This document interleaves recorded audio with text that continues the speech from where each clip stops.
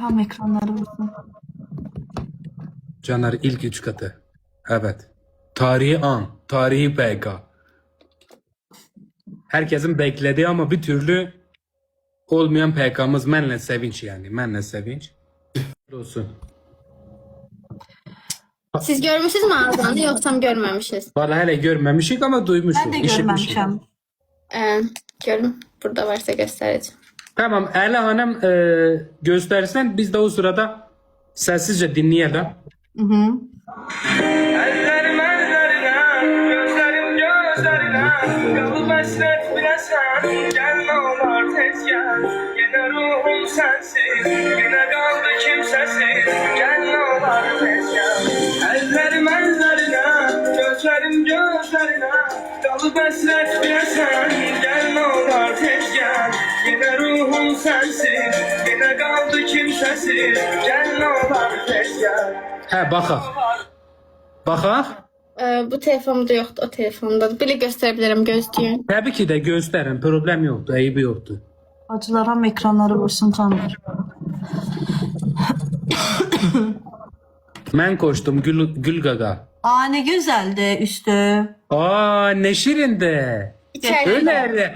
Az çekilen az. Ela Hanım bir çekilen. Ölerim. Kötü maşallah. Ölerim. Ne yaşadı? Bu da dəvətnamemdir. Hər birinizi dəvət edirəm uşaqlar. Kim gəlmək istəyir? Geçen. Buyurub gələ bilər. Onda buna da ölerim.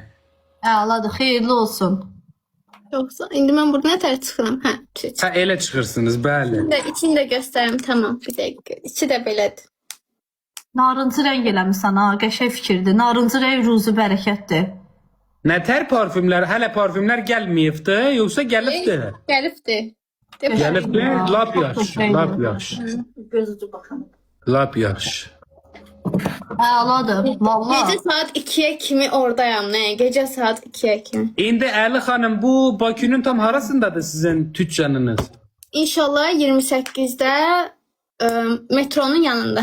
Metronun ikinci çıxışında. Hansı metro? 28'in oradadır. 28'də 28 metrosu. Bəli, mən 28'i lap yaxşı bilirəm. İnşallah. Hardan İnşallah. Ha, bilirəm 28. Vallahi. Vallahi elə güzel. Və biz o korku evine gidəndə orada gezmirdik.